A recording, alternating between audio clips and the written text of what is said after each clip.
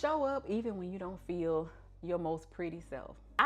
Listen, that is something that I think a lot of people, again, I don't know if things are generational or what, but I know older generation, they have this thing where they have to show up perfectly done, every hair in place. And I get it. Presentation is everything. First impression is blah, blah, blah. I get it. I know there's a time and place for it. But when I was in my 20s, I was stuck, y'all, like literally trying to figure out life day by day. And even in my 30s, I was still trying to figure it out.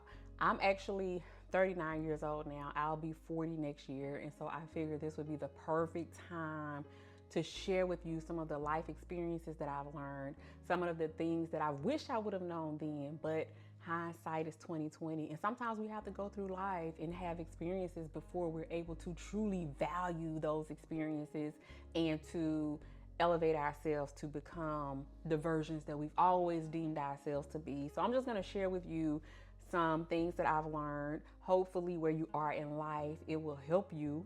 Sometimes we can really learn from other people's experiences and we don't have to step into and make the same mistakes. We don't have to experience certain downfalls and setbacks that comes with certain things, because when we take heed to other people's lessons, to other people's stories and experiences, it helps us to kind of bypass and to excel like a faster path of excelling in our own lives. And so stick with me, because I'm going to share with you 17 things that I have experienced throughout my 20s and throughout my 30s that's going to help you elevate your life. Number one, it is never too late to try something new. This is something that we hear all the time, but I don't think we really fully understand the magnitude of what this means, because sometimes we think that we're much older now and that life has completely passed us by and that we're too late to the game and that it's not going to work out or hit the same for us. But the truth of the matter is, it's not too late to try something new. Even right now, I am doing YouTube. YouTube is something that I wanted to do 15 years ago. I started a channel way back when I was doing hair tutorials and things like that. And then life got busy, I fell off, and I put it to the back burner. And so now here I am 15 years later doing YouTube and showing up in a different type of way. It's never too late to try something new, no matter what it is. Like if you want to write a book, actually the more experience you have, the more it makes sense to do a lot of things and start new later in life. Because writing a book, think about all the life experiences that you have. Think about all the lifelong learnings that you have that you can share with other people and pour into other people.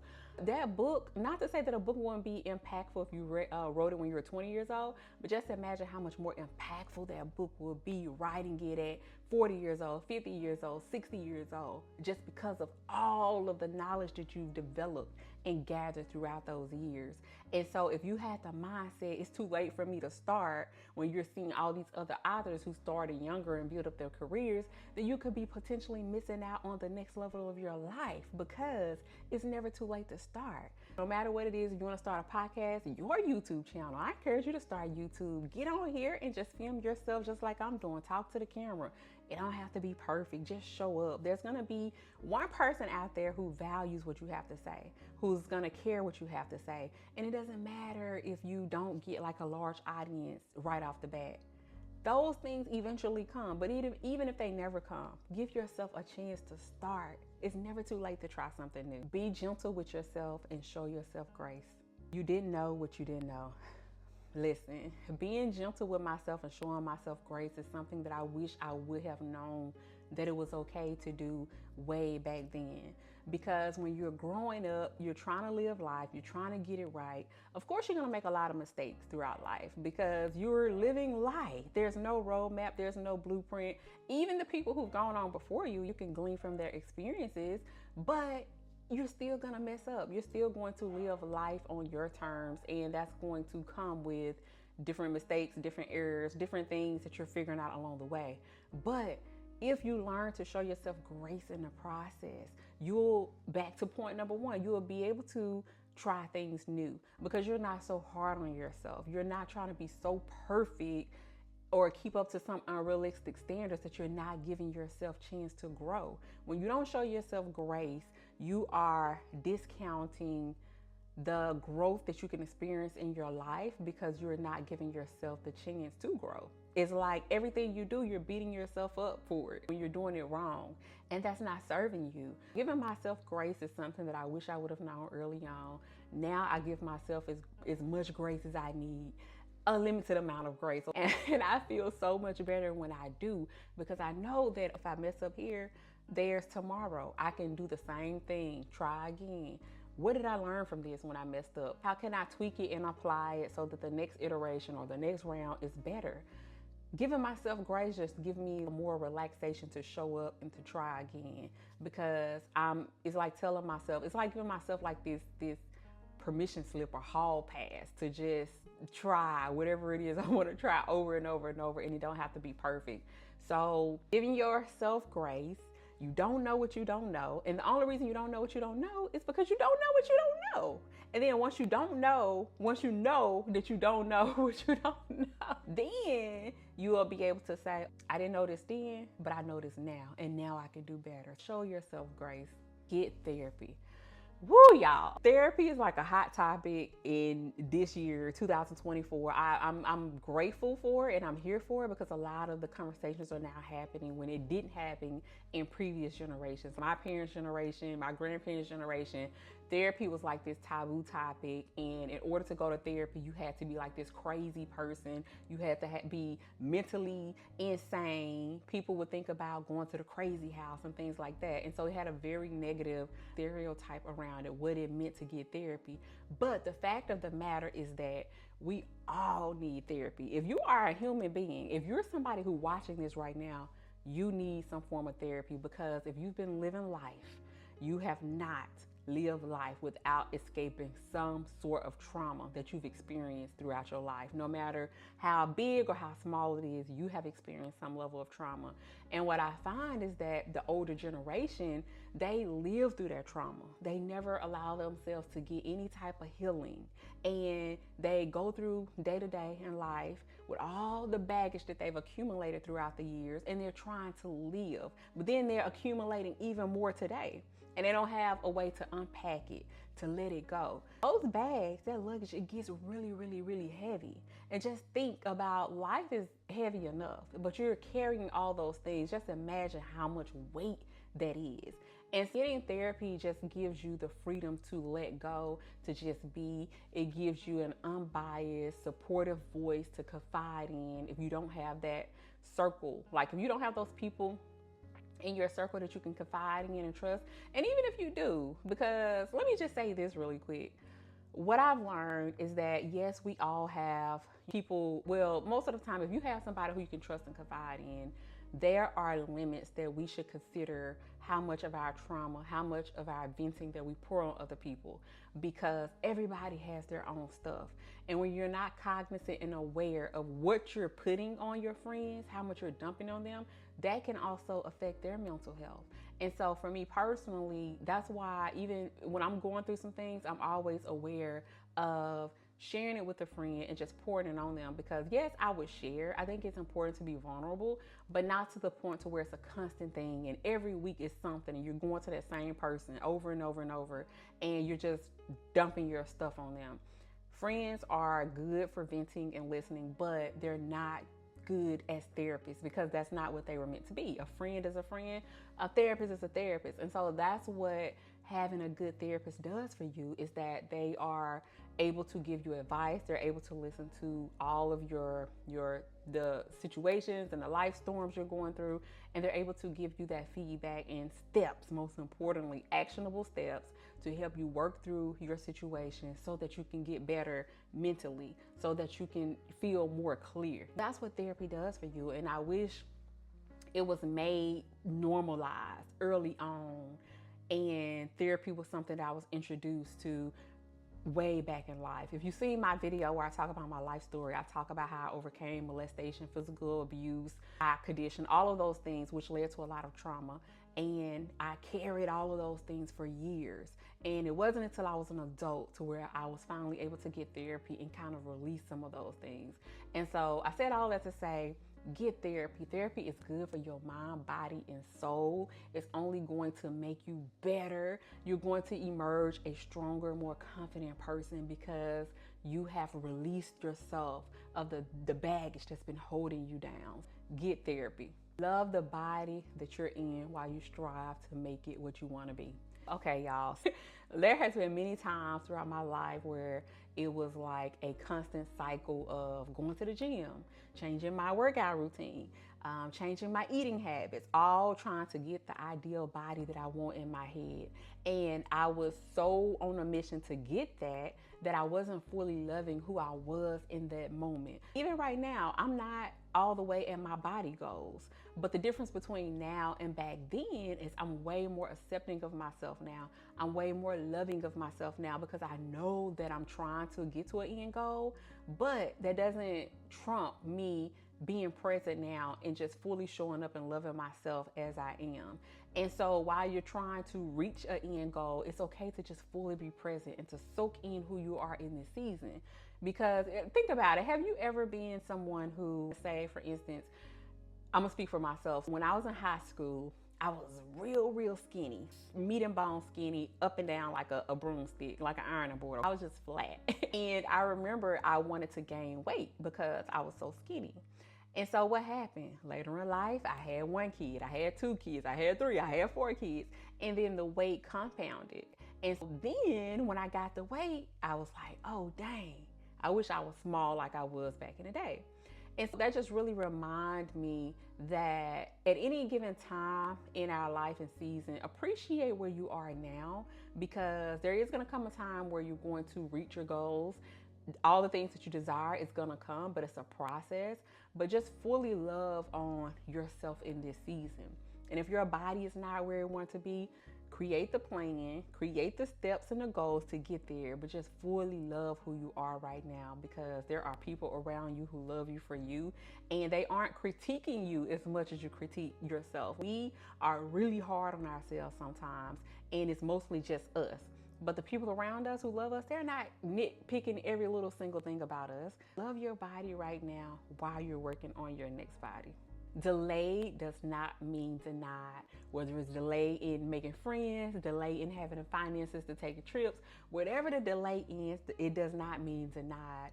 And this is something that I think when you have these lessons and you know it, it just makes life a little less anxious, a little less, you're able to cope a little bit more because you know what to expect. When something doesn't happen by a certain time or by a certain age, then it's okay, because life continues to go on. And in that due season, things always come together exactly how it should. You may be in a situation right now where your financial situation may not be the best, but you see other people taking trips and taking family vacations and just going places solo, and your finances aren't set up for that. So you feel like you're delayed. Like, man, everybody else is just living life to the fullest and I can't do anything because I'm not in that situation, or the circumstances want to lie.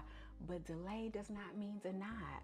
First of all, you don't know what they got going on over there, what type of debt they're putting themselves in to do the things that they're doing. You have to focus on your situation, because I truly believe that whatever our heart's desires are, when they are in total in alignment with God, in his season, he always makes things come together full circle. And so with you having a lack of finances right now and not able to take a trip, that's just a season right now. That does not mean that you're denied, because your season is coming. Your trips are coming. And when they come, they're going to come in abundance. Even friendships, delay in friendships. If you're somebody who you just have not had the best luck when it comes to friendships, that's honestly a whole nother video, but especially as an adult. But if you're somebody who you are an adult now and you're trying to cultivate new relationships, new friendships, you know how hard it can be when you're trying to start from scratch, because people have businesses, they have lives, they're parents, it's a lot going on. And so it can be very hard to cultivate those friendships and relationships.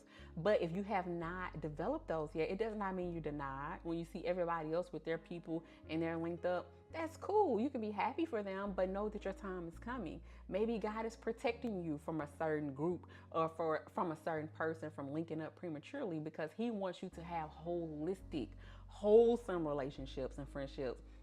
The type of relationships that are going to uplift you, encourage you, motivate you, pray for you. Those are the type of friendships you should want. And so if there's a delay to getting that, then it's worth it. Wouldn't you rather connect with somebody who has your best interest at heart versus connecting with the wrong people prematurely and they're gossiping about you, spreading lies about you, sharing your business with people in an effort to just want to be connected to somebody? I would rather be delayed all day long. Delay me, God. Delay me.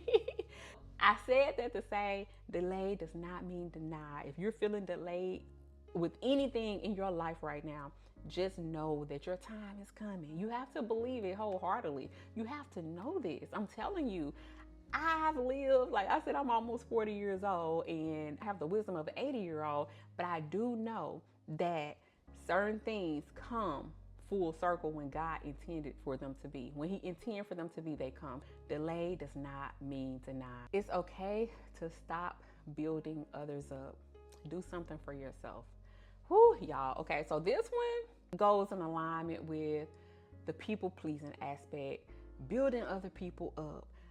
I grew up religious, I guess you could speak. I'm a believer, but since then I've unpacked and separated myself from religious, like man-made religious type of things, and now I have a relationship with God. But one thing that I've noticed is that when the man-made religious stuff over here, it was taught that you should always serve other people, lift up other people, build up other people, do all these things for other people. And God calls us to have a servant heart. But I think people misinterpreted what it means to be a servant heart and that balance where they put being a servant before themselves, before pouring into their cup. And then when you turn around and look up, they're burnt out. They can barely go on. And then they don't have people pouring back into them. And so now they become resentful. Now they're like, oh man, I did all this for this person and this person didn't do anything for me.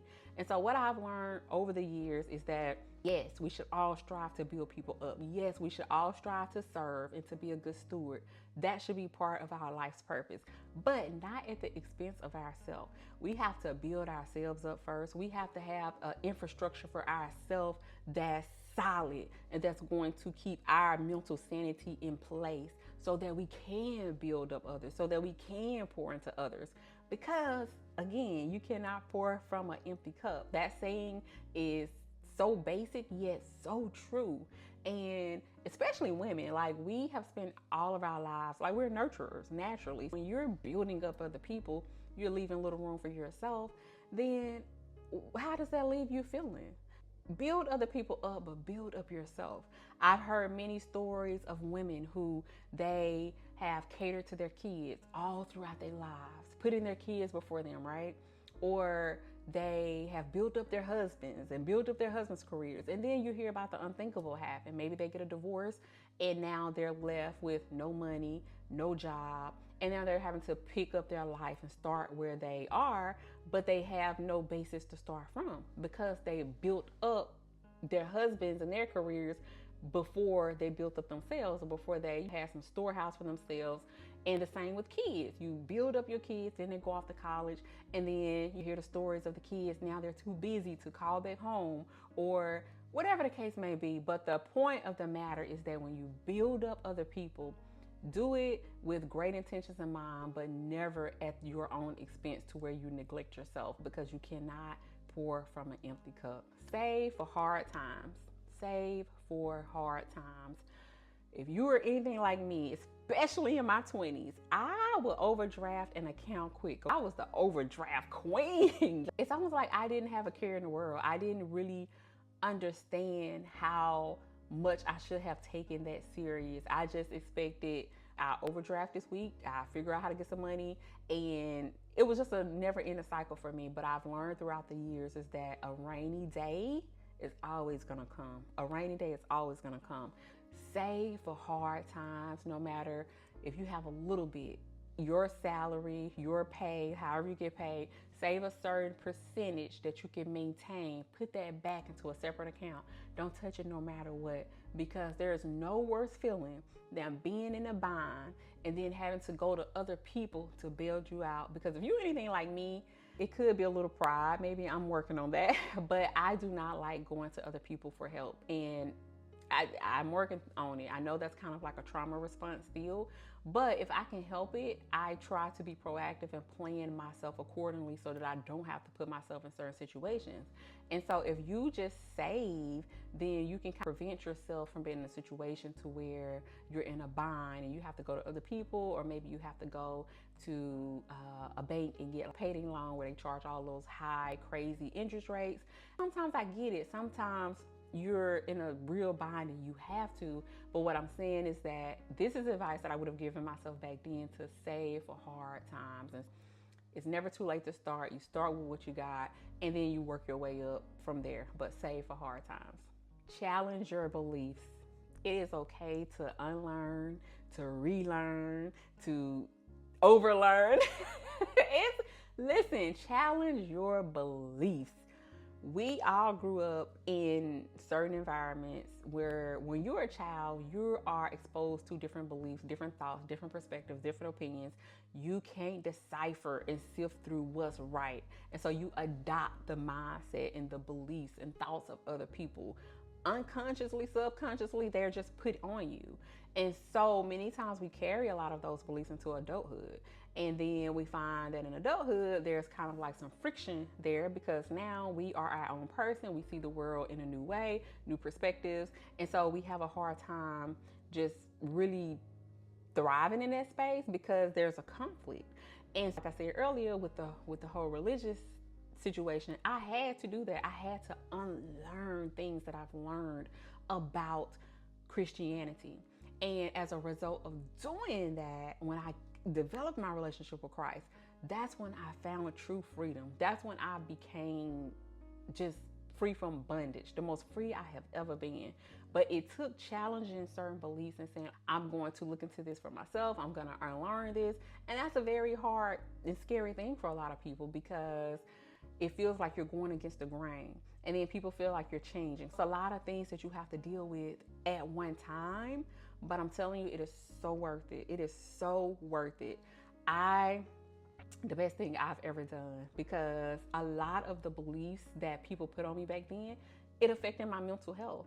And I thought that I had to think that way. I thought I had to hold on to them. I didn't realize that I can let it go and learn something new. What does God really say about this thing? How does he really feel? How does he really want me to show up? And when I start to talk to him and the Holy Spirit started to download and speak to me, it was a breath of fresh air, because I realized I didn't have to do it in the way that I was taught. Because many times flawed individuals are covering you and who's teaching you, right? And if you follow men blindly, you're gonna walk through life blindly. I think it's really good to have people in your life who are spiritual leaders and people who can pour into you. Great, we all need that. But you should always have a direct relationship with the source, yourself, so that you can rightly divide what is true. What is God saying to you in your life? And so not even just religious things, like unlearn anything that does not sit right with your spirit. Now it's okay to challenge it and to adopt a new mentality if it's going to point you in a better direction and elevation of your life. Journal and get in tune with your thoughts. This seems like it's so small, like journaling, just writing things down. Back then, when you 20, you ain't got time for that. It seemed boring, it seemed mundane, like you just writing down your thoughts. But journaling is something that can really, really just make your mental stable. Because like we have so many thoughts on a daily. We have so many things that's going through our mind. And sometimes all it takes is to write it down, especially when you're frustrated, especially when you about to type out them long statuses and you about to go off on somebody because they said something or they did something and you about to post it on social media.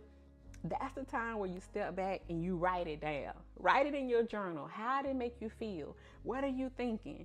Put those thoughts on paper, because you will find that once you write it out and it's on paper, that's your way of releasing. Now you don't have to put those thoughts into the world.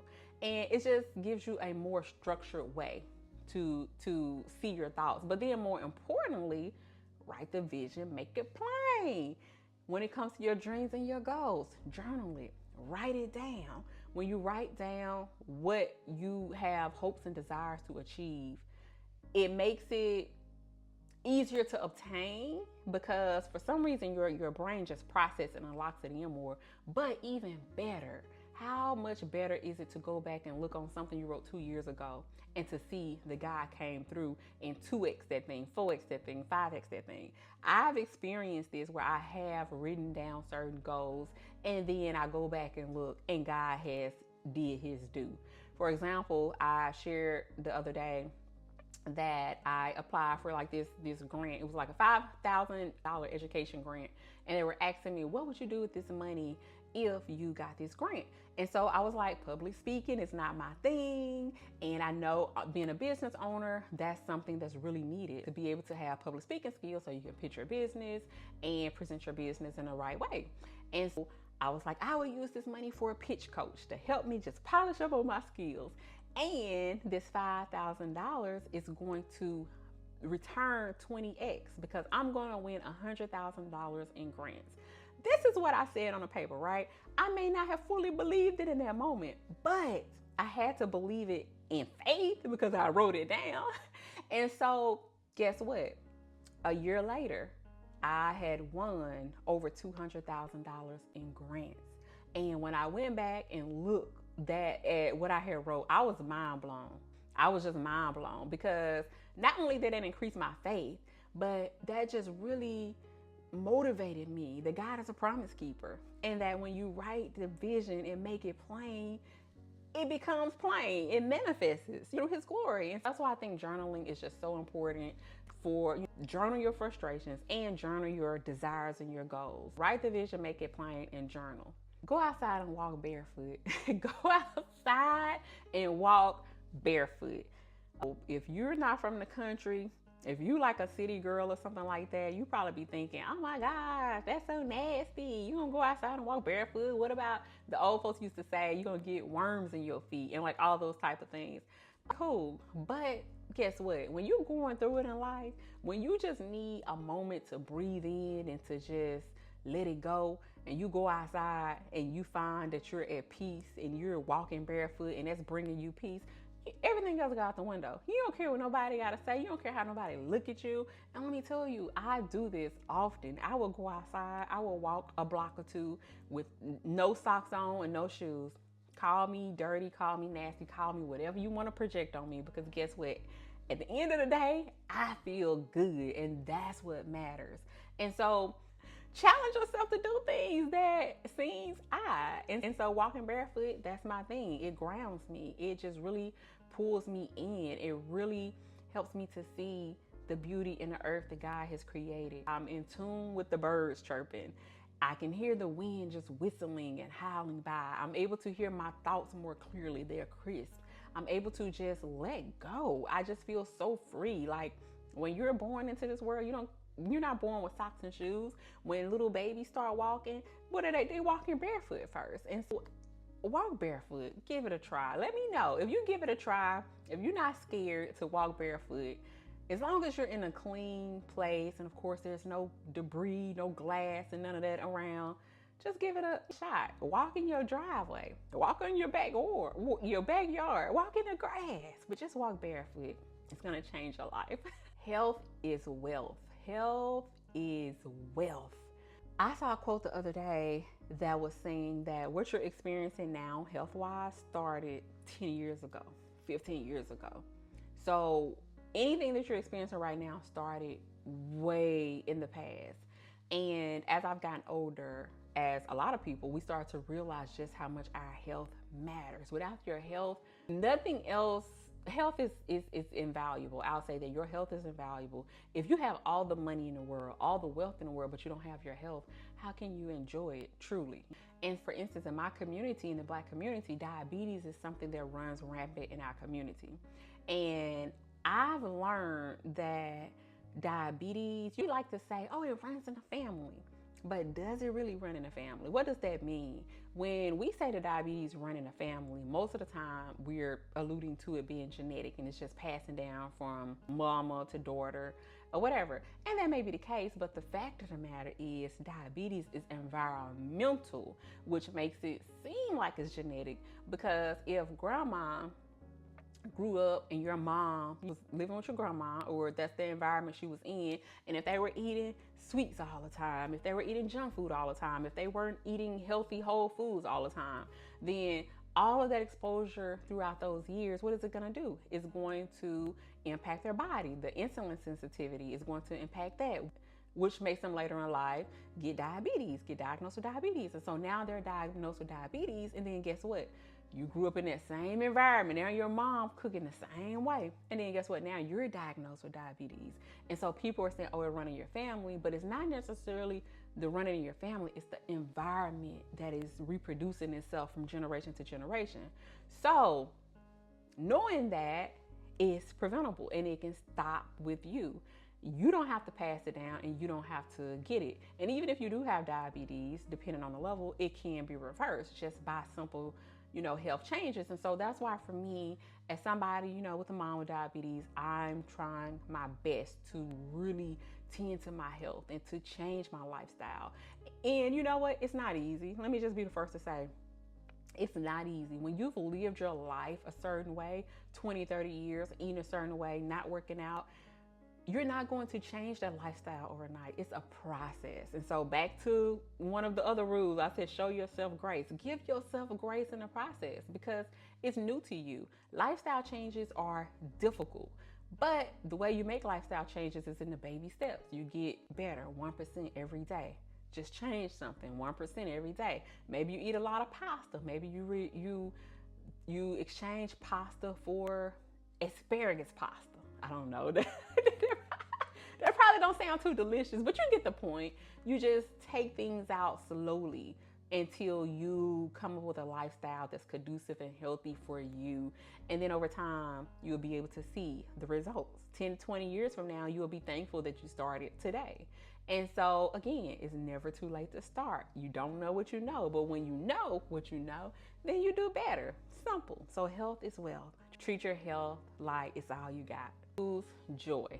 Choose joy. You can't always control what's happening around you, but you can choose joy. Our mindset and how we think controls everything. It controls our mood. It controls how we feel about certain things. You can be in the most horrible situation ever. If you just choose joy and choose to change your mindset and say, I'm going to choose to believe this good thing, that is enough to change your atmosphere when everybody else is like in despair. Everybody else is hopeless. Everybody else is just like bugging out. But you have this peace and calm about you because you're choosing joy. That's something that I wish I would have known early on, that I have the power to choose joy. Anybody can choose joy because you are in total control over your life. You're in total control over your thoughts. And all it takes is a simple snap of your finger. Say, I'm going to choose joy. I'm going to choose to believe bigger. I'm going to choose to believe that greater is on its way. Even though it don't look like this right now, I'm choosing to believe and I'm choosing joy. It changes the game with everything because you can choose joy when you don't have all the money. You can choose joy even when your health is not where it's supposed to be. You can choose joy when your kids are acting out and they going haywire, whatever. You can choose joy when you are in a relationship and your spouse, I don't know, let's say they acting up or you get in an argument, whatever, I don't know, whatever it is. What the point is that you can choose joy. And when you choose joy, you change your life because your perspective changed. You're so much more hopeful. You're so much more gracious. You have a mindset of gratitude. And choose joy. You have the power to choose it. It's totally up to you. Choose joy. Marriage is beautiful. Marriage is so beautiful. Don't subscribe to the struggles of other people.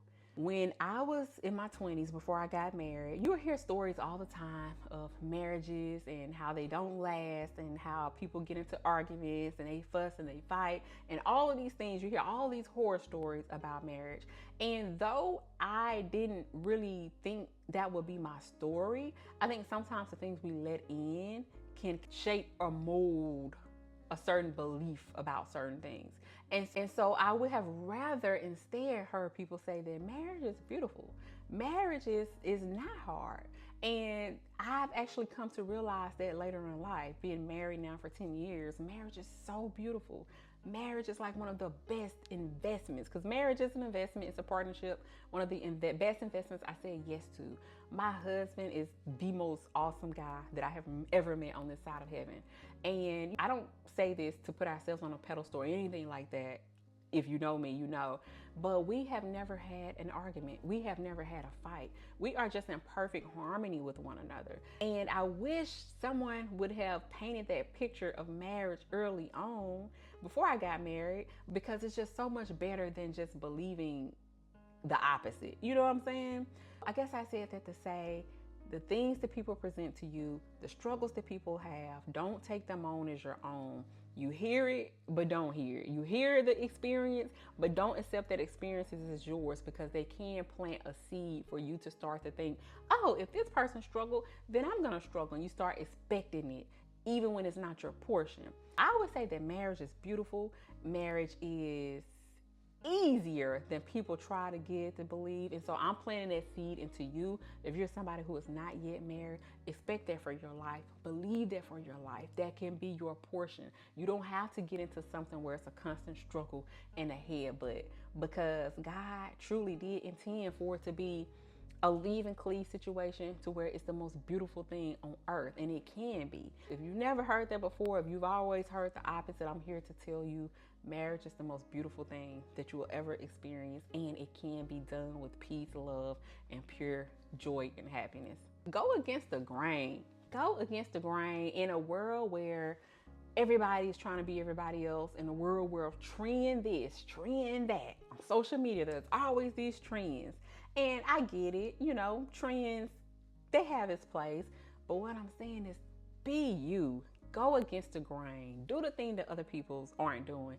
Do the thing that scares you.